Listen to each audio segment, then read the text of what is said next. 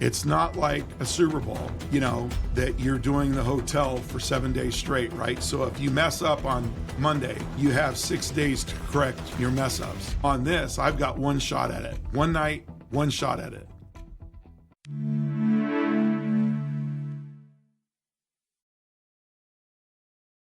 Welcome, Ed Garner, to the podcast. Appreciate you coming, brother. Yeah, absolutely. Glad to be here. Yeah, it's been a while. I've known you for, 15 years? I dressed up for you. What do you think? I love it. Yeah. Love it. Yeah, you look pretty cute, too. Thank you. I appreciate that. I took a shower this morning. You did? That's pretty good for a cowboy, right? I know, right? Love to get dirty. Yeah. Listen, we've got a lot to talk about and a lot of things that I want to share. And I'm going to tell you right now, if you can, I'm going to have you back. There's going to be, for those watching, I want them to know that we're going to do a lot of these with you because we're talking 45 years in the security/event security side. You are, without a doubt, one thing I am going to share and tell everybody, you are the real Patrick Swayze Roadhouse. And I want to tell those stories because I think that's what everybody's going to love, man. This is Steve, the engineer here. Steve, I told you this morning over breakfast, we were talking about some cool stuff. We're talking about some bare knuckle security type stuff out in the bar area, holes in the wall, cowboys coming in, and there isn't a police car in sight. In what year is this, 1970? Yeah. Yeah, so it's So it's back in the day where you're throwing guys through walls and then you're just putting your signature on the wall because it fits the bar, right? Yeah, absolutely. The guy, I did it, and he wanted me to sign my autograph, and I was like, he goes, I'm just going to leave it there so people will know what's going to happen to them if they want to get out of line here. So it's okay. Yep. If that's what you want to do. We're going to share some of those stories, and you had a home invasion, which is absolutely mind-blowing, okay? And we're going to share that here in a minute, but for the people, the listeners, and the people that are watching right now, I want to go back because I think it's super important. You have a security, you have PES Security in Arizona. You've been running that business for 34 years. Again, 34 years in that. Overall, 45 years, a combination event security / PES security there in Arizona. So you got a big background. But what's always amazed me about you and the skill set is being able to put 500 to 800 people together for an event. Yeah. Black Friday, you've done that stuff. Super Bowl, right? I know you worked the Coliseum. So if you don't mind, and I want to take as much as we time, can you take us back how you got started? I think it's real important, the LA Coliseum, go way back in the day. And you got to tell them the year because things have changed, right? I'm working the bar scene and bouncing, doing that. And some of my buddies that I was lifting weights with, they're like, hey, you know what? We're doing some security stuff for these concerts and stuff. Would you be interested in doing that? I was like, yeah. Way back in the day in Arizona, the only places that were actually there that they did any of that was the Coliseum, which is down on 19th Avenue in McDowell, was the only place, the same place they do the Arizona State Fair every year. It was the only place that they would do these concerts in there. That was before the America West Arena was built, and then Bank One Ballpark and anything out in the West Valley where the Cardinal Stadium, any of that kind of stuff. So we were doing that, and then we were traveling to Tucson Convention Center, and we would do WWF wrestling once a month. And they would come like on a Friday, we do it in Phoenix, and then we go Saturday down to Tucson, and then they have another show there, and then they'd swing back around on their course another month. And they were doing it once a month here. And so they're like, hey, you want to come work with us at this place? And I had just gotten a job at Firebird Raceway, and I was actually helping running the starting line there. I had like 25 guards that were working for me, running the starting line. And adjacent to that property was an outdoor amphitheater at the time. It was called, I lost train of thought on that. Doesn't matter. Anyway, it was an outdoor amphitheater, and they were doing concerts there, and they were like, hey, you want to come and do some of these? So I went over and did a couple of Compton Terrace was the name of it. Stevie Nicks' dad owned it. And so we were doing concerts there, and they were like, hey, we're going to go to the Rose Bowl this year. You want to go with us? And I was like, wow, that's pretty cool. Maybe I'd go to California and do something. Yeah, you're going to work at the Rose Bowl football game. And I was like, okay. So we go out there, and that's pretty much where I started with that company. And that company is nationwide, Contemporary Services. You see them on TV everywhere. They got a big, people who wear their shirts, says CSC, event staff or security on the back of their shirts. Those guys are nationwide. They're the biggest event staff company in the United States. And so I started working for those guys, and I ended up going out there almost every single weekend during football season. And I would work either UCLA, USC game, depending on who was home. If they were both home, then I'd end up working at USC because they got me working as the number 2 guy at the LA Coliseum. And then I would stay and work the Raider football games on Sunday. If the Raiders weren't in town, then they'd send me out. I'd work at Anaheim Stadium for the Rams games when they were all still here in town. And I did that I worked for them for 14 years. And then they came to me and they said, hey, we want you to move out here. Our guy that was actually running the LA Coliseum at the time, John Tracy, had ended up dying. And they said, we want you to take his place. You've been the number 2 guy. You know this facility better than anybody else. You want to come? So I moved to LA, and I was the director of security for the LA Coliseum for the Raider USC football games. And then we did like Monsters of Rock there, big, huge stadium concerts, Rolling Stones, a bunch of stuff. And I ended up getting a lot of exposure, a lot of learning. I learned from the best. Those guys have been doing it forever. And so that's pretty much where it started. And then in 1991, I came home and I started PES Security. And my father gave me the money, and off I'm going. And I'm thinking a 6, 7, maybe an 8-year run.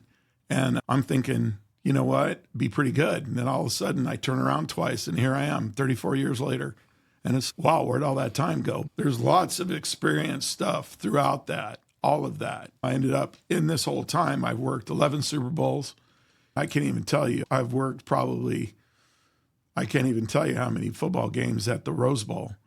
Besides the Rose Bowl game, I worked the UCLA football games. And then like we did the U2 out there. We did the Rolling Stones at the Rose Bowl. Great big stadium concerts. I've worked every single place here. The Palladium, Orange County Fairgrounds, Long Beach Arena, Magic Mountain, LA Coliseum, Anaheim Stadium, you name it, I've worked it all. And so at the end of the day, when you really look back over your career, what you've done, there's lots of things that have happened that I've been involved in, what I've witnessed, some good, some bad. I've had 5 guns pulled on me. I've been shot at 3 times. I've been in the battle. I've seen people get killed in front of me, and it's, you've been doing it. Yeah. Let me ask you something. Event security, it's really a whole nother world. It really is. Oh, it is. And when you say events, most people think 10, 15, 20 people. I got to ask you, let's go back to LA Coliseum. All right. Now, you worked it, but what does that look like when you change hands as a director? You have to know that facility hands down. Oh, yeah. You got to know the evacuation, what's going to go on. And the world's changed quite a bit from back then, right? We didn't have mass shootings and all that other stuff. It's a different kind of protocol, right? You're dealing, if I remember correctly, you were telling me about games where you're talking about the soccer players, right? Some violence. You got people coming to stands that it was a very volatile situation all the time. And the thing is, you don't know which country hates the other country until they get there. And then, say Mexico is on one side and Argentina is on the other, then all of a sudden those guys will run around and get on the other side and they have a big brawl up there. But part of our problem was and this is something we never experienced before because they don't do it at football games. They've never done it at any concert that I had, but they're really notorious for getting like limes and something else, and they'd freeze them and they take them and they'd sneak them in and they'd throw them at the ball players out there on the field, frozen limes. And I mean, that stuff can kill you. Wow. I mean, crazy, some of the crazy shit like that. But yeah, and for me being a business owner, talking about event staff and security in general, you have some different levels of security that people do. Event security, you have to have really good communication skills. You got to be able to know how to talk to people. You got to be able to give them direction. I can't even tell you the millions of times back in the day, and this is God's truth, back in the day, how many times I got asked where the bathrooms was or a payphone. And because that was really big in the beginning. And I understand now we don't even have payphones. Or, you know what? You being a security person there, people look at you as an authoritative figure, but also you're a source of information. And they're looking at, where's the bathroom? If there was a bomb threat here, where am I going? You got to know all of that different stuff. Then you have the security guard, which some people call as a warm body, this kind of guy. He can work a construction site. He's out by himself, completely in the out in nowhere land. He's just keeping people from coming inside of a fenced area. Doesn't have to have any communication skills. All he has to be able to tell people is, no, you can't be here. You don't even have to have a conversation with anybody, because your primary job is to observe and report and call 911. And so there's a difference between, again, your event staff person, communications, this guy, really, he's just observing and reporting. And then you're going on to the next phase where, whether they're working in airport security, whatever they're doing is more high level stuff. And a lot of people don't really understand that. They just think, oh, he's a security person, he knows it all. No, not really. Oh, okay. So that's a really interesting point. Tactical communication, verbal judo back in the day. And I remember as a police officer, they brought that training to the department because people were struggling out on the field. They had to be able to talk yourself out of a situation. You being in the bar scene, you knew how to do that in the very beginning. That was very important, or it was going to go fisticuffs, right? Oh, yeah. The chain of escalation, you're talking to somebody who's going to go through the roof. But 70s, is that what we're talking? Year? 1970s? 80s? Late 70s, all of 80s. Okay, so would you agree that people probably had a better skill set, communication, because we didn't have all the devices back then, right? You were a kid that played in the sandbox, you fought, you knew how to argue, Right. you knew how to communicate better, versus today where I got some nephews that they fight with a girlfriend on a text message. They're both in the same room. So have you found that kind of being a problem today? And I want to get back to the beginning, but you brought something up that's very interesting, the communication. Yeah, I would say that part of it is they're looking for a device to help them with how they're going to escalate the situation or de-escalate it. And they're always looking, and what's really bad about most security is they are attached to their phone. It's part of their life now. Whether you're going to take a voicemail, your voice recording somebody if you're having an escalation, or taking pictures. We never had any of that stuff back in the day. And you know what? You have to be able to know when somebody's going to scrap with you. The bottom line is if he's running across the room, he's probably going to take a swing at you. But if he's standing there, I know a lot of guys that will stand there and tell you about how bad they're going to beat you up. And that's the easiest guy to get rid of, because all he's doing is talking. I already know what his game is. And you know what? You got to be firm, and you just need to say, you know what, sir, you're leaving. That's the way it goes. I don't even want to have a discussion with you. It's time to go. And then you just get them out. And then if you wanted to box, then you could go outside and box.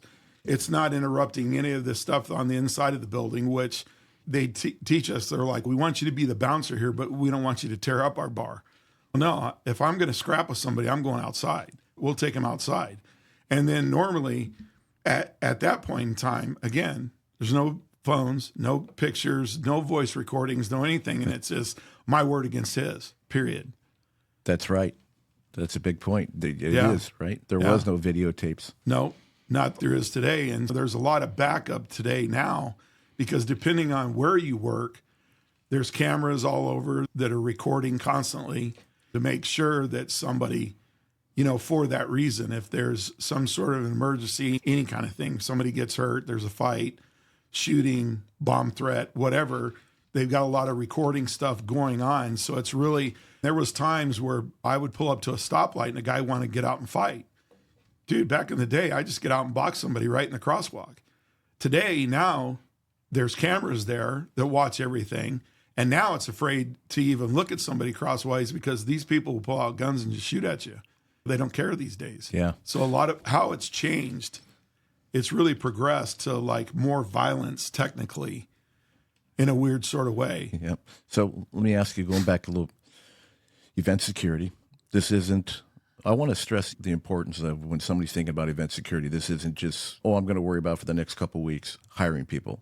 Yeah, it's a concern, but I want you to go back and tell them about LA Coliseum. You're going to go to the Coliseum. You're probably going to have employees that have been long-term that you're going to go after, so they get used to the facility. They get paid a little bit more, so it's probably a little bit different. But as a director, and you're sitting there in that meeting room, and you're ready to go out to the Coliseum, is this a pre-setup? How long does it take to really get everybody dialed in saying, all right, Chris, you got region 2. Here's what you're going to do. You're going to take your team. You're going to do this. You got region 3. What does that meeting look like in the very beginning when you're setting up before before the kickoff or whatever it is, man? What does that conversation look like? What's the amount of work that's put into that? So we have, at those places, we have a designated sign-in area where people come and they check in, right? So they sign in. We know that they're there. We start assigning positions. You have your supervisors are over here. You're giving them direction. You're in this quadrant. You're in this section. You're in this level. You're in this. And you can give them maps. It's real simple. A lot of it is self-explanatory, but the good thing about the LA Coliseum at the time is I would say 95% of the people that worked there, was about 600 of us, had worked there prior.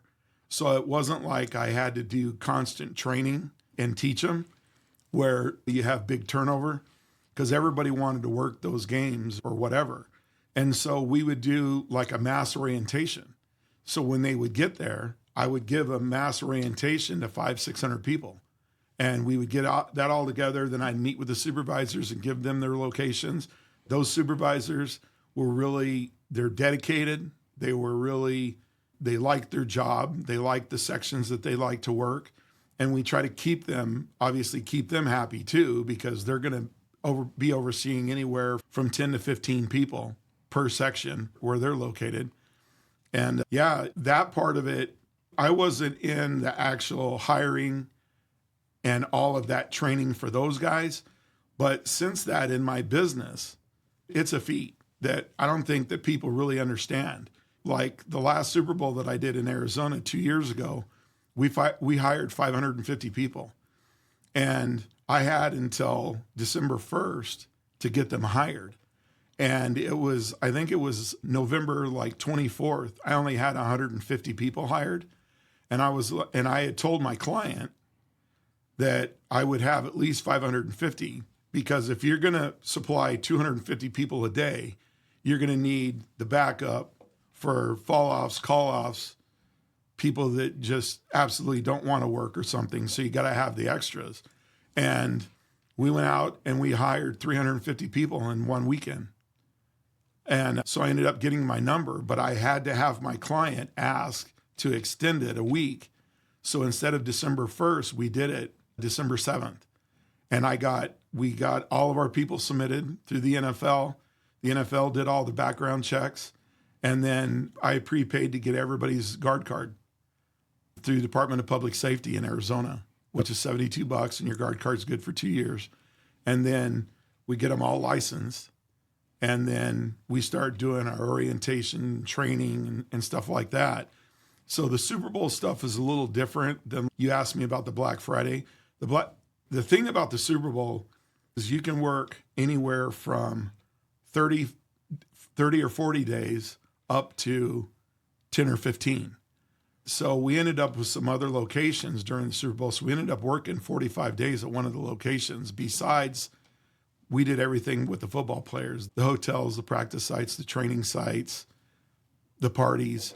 Everything that had to do with the players, we did all of that. Oh, okay. So I forget. I don't know why I wasn't thinking that way. Yeah, so there's a lot of things when it comes to the event side you're doing. Like you said, you're guarding some of the players at the hotel. Again, a whole different caliber employees. Obviously, got to be there. Oh, yeah, right? Absolutely. Can't be asking for autographs. You got to, You can't be a guy that just stands there and has no communication skills, because, first of all, you never know who you're talking to. That's the number one thing.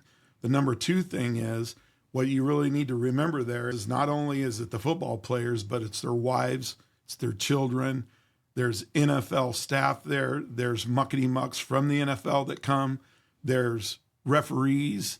There's ex-pro football players that come to visit, and they're there for meetings too. And, they have different kind of engagements that they do. And there's people constantly coming and going. So you got to have that person that can speak well, looks good, dresses well. You can't have somebody that is dressed half-assed, because NFL doesn't accept that. They want top-notch, what their people look like. You can't walk around with the nose ring. They really don't. And I understand tattoos are a big thing these days, But a lot of these young kids don't really realize how it's going to affect you later in life. If you try to get a job, depending on what it is, and I really encourage these kids to not only get a degree somewhere where you can be hired to have retirement. It's really good to come and learn our industry and then become a cop, because now you've already known what the law is. So say if LA County Sheriff's says, hey, we're having a hiring process, and you go down there and they say, who in here's already been a cop before? They raise their hand. There's a couple of guys. Who in here's worked security before? You raise your hand. And there's 10 of you. Now you're in the top 10 of that class, because those people already understand that you already know the law. You've already gone through some training. You haven't gone through exactly everything that police departments do, but a lot of you are CPR certified. You've learned how to de-escalate situations. You have done pat downs. You have been able to aggressively grab somebody and take them out without completely choking them out or something. And the police department understands that you're already that far ahead of all the rest of the 90 that are in that class. And you know what? I encourage them to go and do that, to get that degree and be able to get some retirement at the end. Yeah, it's interesting. Arizona, probably a little different now with LA County Sheriff, for an example. Our background investigators look at it a little bit different. The security industry did not have the best reputation, right? They say, oh, it's Paul Bart, right, from Mall Cop, right? A little bit different back then. Problem, somebody who want to be a cop, right, out in the field, developing bad habits, potentially developing bad habits, no communication skill, he's a liability.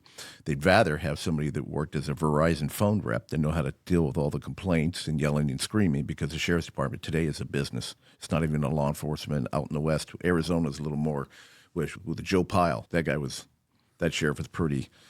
He dressed his guys in pink outfits and put them in the dirt. Yeah, put them in the dirt out there. Tent City out there. Yeah, Tent City out there. So with us, it was a little bit different. They looked at it. I'm not saying that was a no, but when I ran my security company, I hired police explorers because they were dependable. And then my goal was to help them. If they did a good job with me, I'd help them with their backgrounds.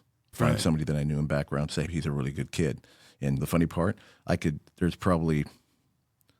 honestly say 15 to 20 kids I know that today are lieutenants on the sheriff's department or LAPD, right? That actually, they sent me pictures and showed me, hey, remember here's my security guard, my uniform. I know. They saw my car. And it's just so great to see them advance that way. Because about half my family are cops. My grandfather was the chief of police in Globe, Arizona. And then I have a cousin that's really well known that was a retired Mesa police commander. And when we had guys working for me through PES, and they were like, listen, I really want to become a cop, I would give them a reference and send them to Mesa Police. And I would call my cousin and tell him, say, hey, I got a couple of guys that are coming in. I think you really should look at them. They're good. They'll be the real deal for you, not just some rent-a-cop kid. Some of them were police explorers prior to that, so they got a little more education. But there's times where, like, when we go out and we hire people, we like to go to the criminal justice classes at the colleges, even the junior colleges, and try to get them. We also did a bunch of hiring through the ROTC, and we ended up getting some really good people that are career minded, and whether they want to do this as a career, but at least they're going for their career, and then they're doing this on the side. Yeah. So they're getting both ends of it. Yep. Which Super Bowl, I want you to tell me this, all right? I don't see anybody with your experience in the event side, you had to build up to where you were to be able to take on a Super Bowl job, no question. Oh, yeah. How successful do you think you were at each one of those events? I mean, not from the beginning, but today when you set those up. Is it like a complete nightmare, or do you sit back and go, oh, that wasn't too bad? Outside of scheduling, is there a lot of problems that you're still fighting? Is there any, in other words, after you're done with it, is it profitable? And the second one, is it worth it, really? Or are you just looking for, hey, we did the Super Bowl? Because it's got to be a great marketing piece. It is. And I will say this, if I sat here and said that it wasn't stressful, that would be an outright lie, because it is. Because this is how I explain it to my people. we're being hired because of my experience and where I come from with this company. I used to work for those guys. So they already know what they're getting when they get me. So if I'm going to put you in a supervisory position, you need to go out and sell yourself and do the best job that you know you can, the best job that you've ever done for me, and sell yourself to these guys. And then, you know what? You'll never have to do that again. They'll know that, oh, Ed Garner's coming. Okay. Oh, we got Chris Anderson. Yep. We got all these different names and they're coming. Oh, we already know what those guys can do. Give him this, give him that, give him this. And then that's how they do it. And to be able to get to that point, I mean, there was a long journey. The very first Rose Bowl game that I worked, I first of all, there was a bunch of problems that happened, but I ended up being in a parking lot about 2 miles away. And I think I saw 15 cars. And I'm like, dude, so this is what I came out here for? And I think that's where, in my mind, I'm like, you know what? I'm a leader, not a follower. I want to be part of the action. I want to be in there with those guys, not necessarily giving the orders because I wasn't in a position to do that yet. I didn't have the experience, but I knew that I wanted to be one of those guys. I wanted to be a supervisor, or I wanted to be a director, or I wanted to be the main guy that's doing it, or own my own business. And again, here it is, 34 years later. And during those years, so working for Contemporary, those other years, I worked 10 Super Bowls with them, and then I've worked 3 on my own with my own business. And it's a huge feat, and it's definitely stressful. But you know what? The thing is, I think that at the end of the day, if you go out and you hire the right people, I was really confident on the success of the people that we hired for the 3 Super Bowls that I worked for them, where I guess there was some people, I guess the year prior to coming to Arizona, they were out here and I don't know which company they used. I don't have any names, but some of the NFL people told us that they thought that they just hired some people off the street. They looked like they were homeless. And the NFL people came to us and told us had conversations with my supervisors that were running those locations and said, by the way, want to let you guys know that these are the best looking people that we've had in quite a few years.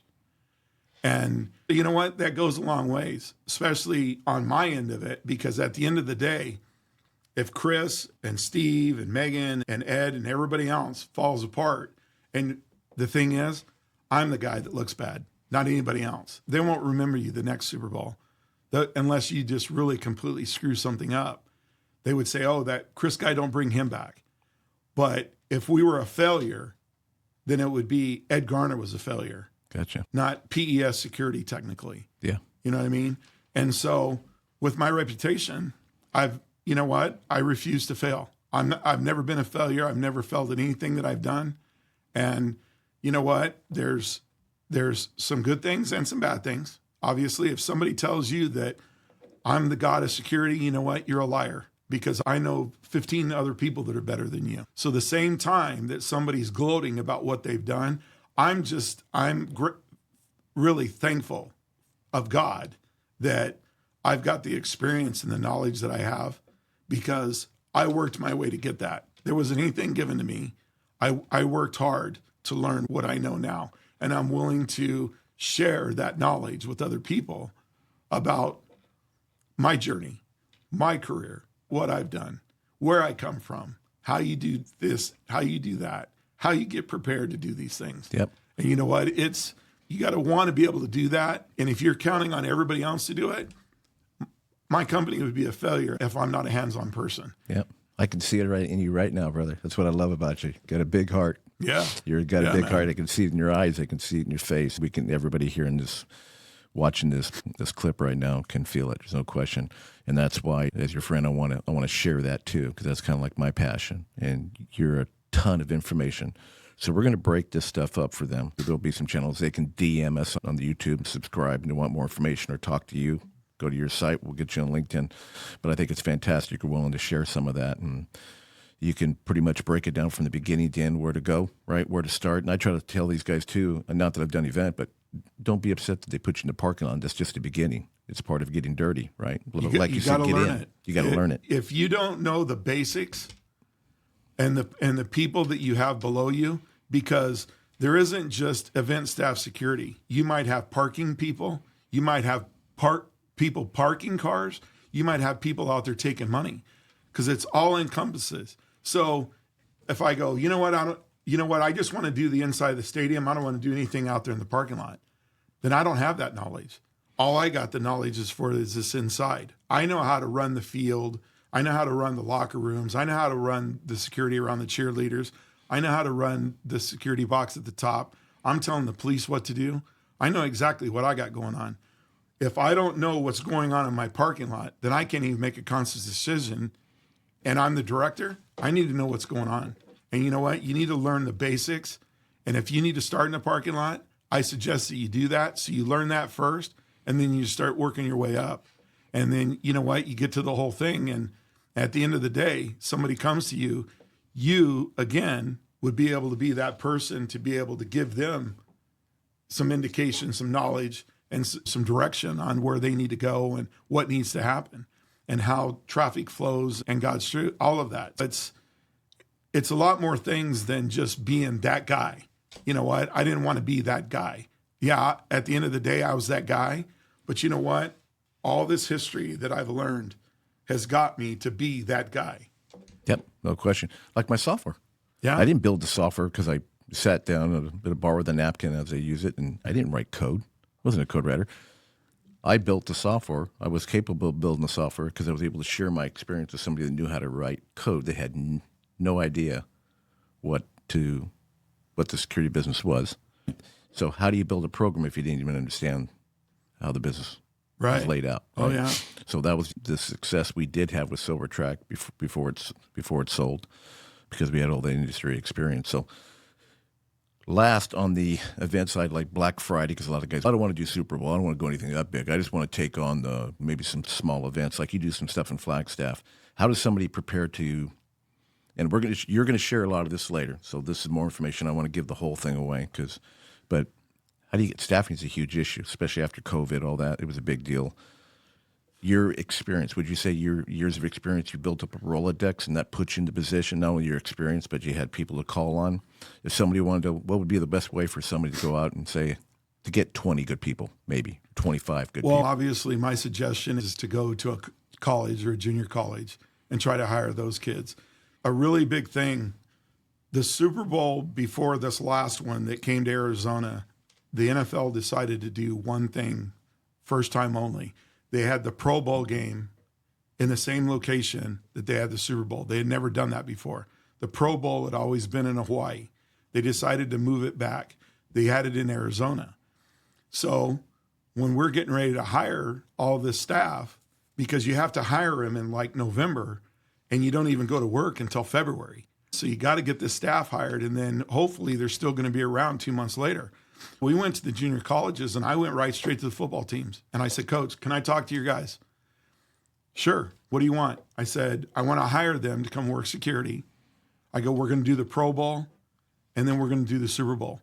And everything that we do, we work with the ball players. I go, they will be able to meet the players, talk to them.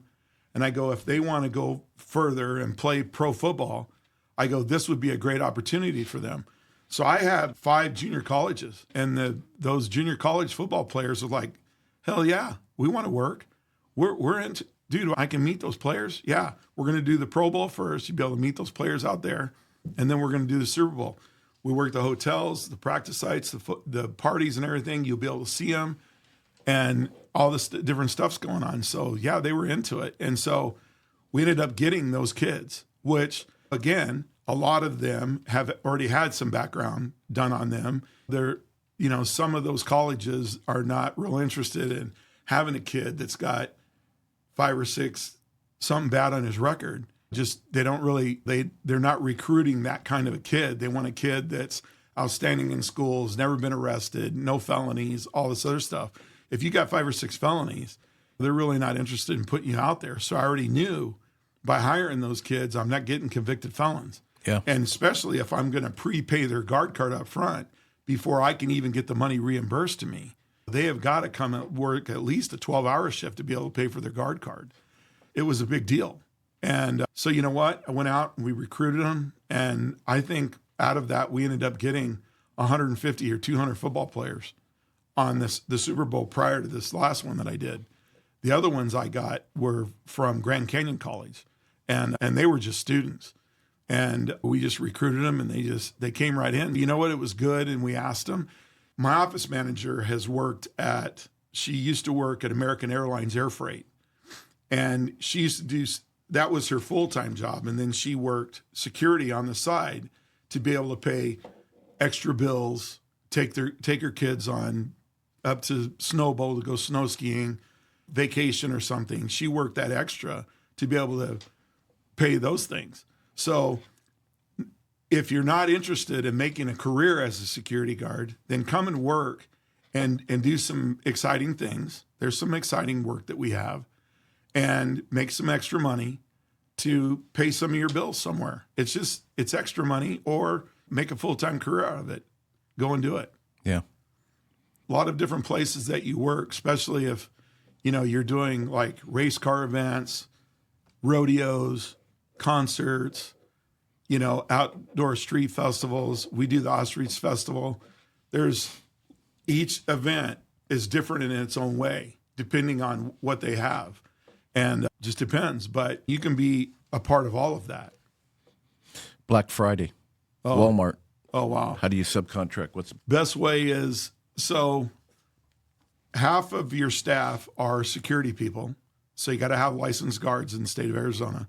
Then the other half are greeters, have to have people that are given direction because they're standing in aisles and they're directing people to where the sales are at, or, you can go to that cashier over there, stand in line here, you can go to that cashier over there, and their customer service. And it was huge. It was the very first store that I ended up doing, I had 35 security people, and I only did one store. And then they said, okay, the next year I ended up with 25 stores. Then the next year I ended up with 30 stores. Then the next year I ended up having it for 15 years. But I would say year number 11 was the biggest that I had done in the state of Arizona. I did 56 stores with 850 people. And again, it's not like a Super Bowl, that you're doing the hotel for 7 days straight, right? So if you mess up on Monday, you have 6 days to correct your mess ups, right? Is the way that people look at it. On this, I've got one shot at it. One night, one shot at it. And I need to get all of my people. I need to make sure that they're there. Me as a business owner, I wanted every single person. If they asked for 850, I wanted 850. And I wasn't taking anything less than that. And I'll never forget I'm completely stressed out. I hadn't slept in a week prior to this. I got 850 people on Thanksgiving night, where everybody else is doing their Thanksgiving. I'm getting people to come and work. And I have about half of my 56 stores are checked in, and I'm already right on my number. And I'm like, oh, thank God. So my boss calls me and says, Garner, he goes, I don't understand what you're all stressed out about. He goes, you only have to have 50%. He goes, it says it in your contract. And I said, so if that store wants 40 guards, I only have to have 20? And he goes, yeah. And I said, not good enough for me. I go, I want 40. I want my 850 because the 850 is my money. I'm not willing to give that money out. Sure. I want all the dollar. Yeah. So, you know what? I'll never forget my staff. They were completely stressed out with me. And then we get it done. And like they'd come to the office after their shift, after a 12-hour shift, and we would laugh about it. And everybody was just like, oh, wow, man, we can take a deep breath now. Yeah. And I'm completely exhausted because the day of, I work 36 hours straight. Start in the morning, work all the way around the clock, and then we have to do our billing by noon the next day.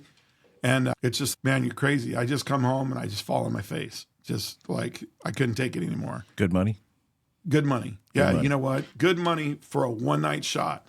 I understand that you have to pay in advance to Put that pad underneath your wrist, underneath your chain, then it won't make noise on the ground. Okay. You're fine, good. So he's good money for a one-night shot. But you know what? It's a lot of work. And we would travel people around that didn't, so we'd rent some vans and we'd haul them around. And then if we'd end up with some overage at one of the stores, that there was 40 here and they ended up 45, our supervisor at that store would call us and say, hey, I got 5 extra. Okay, you know what? They're short from this store. This is the one they were supposed to go at. We get in the van, go and do it. My cousin, he ran 600 miles on one of those vans in one night. I was just like, I take it back the next day and the guy goes, did you guys go out of the country? And we're like, no, we were just driving all over the city. And he went to Flagstaff once and came back and went to Globe, came back. And then I go, this is just crisscrossing down in the valley all over. But he did 600 miles in one of the vans. Wow. Just making sure that we had each people and then we were going around and checking them to make sure that our supervisors were doing their job and everybody was doing their job. And what a feat, I'll tell you. Some people just, I don't think they really realize what it takes to do an event like that, especially if you have that much manpower. Because a lot of these people aren't just calling you up. There's going to be your loyal people that work for you all the time, be calling us going, oh, yeah, I'm working the Phoenix Open. Yeah, great, okay. And then, you know what? Then you have people who say, you didn't call me. Dang, we got this event. It's a constant effort, and it's a challenge to be able to get these people to come and work and get people hired. And it's a big deal. So we talked about bringing you in more. We're going to create not just a Facebook, we're going to create a training site on event security. We'll call it the Garner Training Facility for event security. We'll figure something out. But if I came to you today and said, hey, Ed, what am I going to learn? Give me the top 10 things, if you can, just off the cuff. If I was to sit down and say from beginning to end, what would be the basic things like this chapter of this training book? Just something along that line. What would you be able to, from beginning to end, what would you say the top 10 things? Just, I know there's a lot more. What would you? I would say to start out, we put our own training book together and we would do training for different groups and different locations besides the people that we're hiring. And I was telling my trainers, I said, you know what? I go, this training isn't good enough. I go, they got their guard card 2 years ago from another company and they just went in there and they just showed them a video. I go, what are you going to learn on a video? I go, you can't. I go, first of all, you need to learn trespassing. You need to know what the law is about trespassing, whether I tell you verbally or if it's a street sign that says you can't be on there. There's two different things. And then if I verbally warned you, what ends up happening, it could end up being a felony. If I verbally warned you in front of a police officer and you come back, now it's a felony trespass. It's not a misdemeanor anymore. So there's things like that. But some of the stuff that we added was 99% of every single person that's ever come in my office does not know how to use a radio. At my events, I'm going to give you a radio and you're going to need to learn how to use it. Whether I have to teach you right there or I've already pre-taught you in my training class. I think that's a big deal. And it doesn't matter which security company that you work for, because somewhere, somehow, you're going to end up getting a radio. And when those people, if they've never done it before, they go, how do I turn it on? And how do I use it? And all this.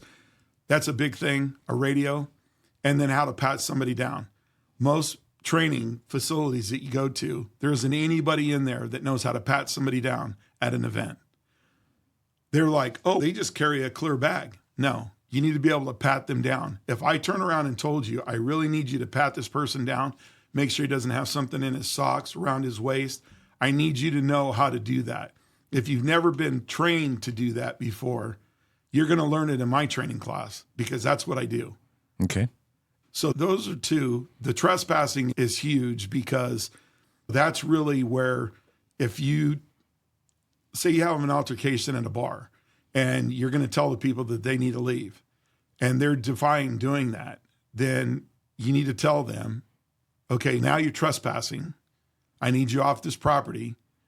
If you don't want to do that, if I call the law, then it's going to be more than a misdemeanor because I've had to go this far to be able to bring the police in. but you are going to be trespassed. And then 86 on somebody. If you get 86'd, you need to make sure that you document that and see that this is more stuff on training that people don't go over. If you end up, say Chris Anderson comes to all the LA football games, and every single time he's here, I have a problem with him. And if for whatever reason comes to my section and raises a problem, I finally go up to Chris on game number 5 and say, Chris, you know what? You're not welcome here anymore. I'm going to 86 you. If you come back, I got a police officer standing right here. I'm going to let you know. I'm going to have you arrested for felony trespass because I'm doing it in front of an authoritative figure. And now you're trespassing. Right now, it's a misdemeanor. I want you to leave. But if you come back, I'm telling you what's going to happen. I'm going to have you arrested for felony trespass. Then they understand. Now that person feels a little bit more that they have some authority, not that you can just go up and just punch somebody's teeth out, because we don't train people to do that. I don't know how many college fraternity guys I've had come and they're like, dude, I want to work security for you at these concerts because I want to beat somebody up. I go, dude, we're not beating people up. I go, what are you talking about? This other company I work for, we just grab them and beat them up and throw them out. And I said, I'm surprised that company's still in business. They haven't been sued. I said, but we don't train people to do that. We're going to go up to them and we're going to be firm. And you're going to have 2 of you that are going to escort that person out and make sure that he leaves the property. And as he's going, and there's a police officer standing there at the front gate, say, by the way, I'm removing this person. He's not allowed to come back here for the rest of this event. And then the police can take it from there, because now it's basically out of your part of the property. Sure. So there's a lot to learn. Oh, I yeah. mean, this is. I could go on, dude. We could sit here for a couple hours and I could just go on the different things that have happened and stuff you experience, because for whatever reason, people will try you, and it's sometimes I don't understand it. I'm like, dude, you just not come here to be with your chick and watch a concert? No, man, I came here to get some weed and this, that, and the other things. Man, it's not something I would do. Yeah. It's like, if I'm going to go there, I want to listen to the band, and I don't want some sweaty person rubbing up all over me. Yeah. My girls ask me, why didn't you ever take me to a concert? I go, because where I come from, I get to go in the back. I meet the band. I do all this. I can walk back and forth in front of the barricade. I can be where I want to be. And I don't have some sweaty person I don't even know rubbing up against me or pushing me or constantly having to stand. So I'm not doing that. I said, you want to go with your girlfriends? Because I ain't going. I love it. Hey, everyone. No matter where you're watching from, if you get anything out of this, please like and subscribe. And most importantly, share this everywhere you possibly can. And if you're feeling extra generous, please leave us a comment. Thank you for watching.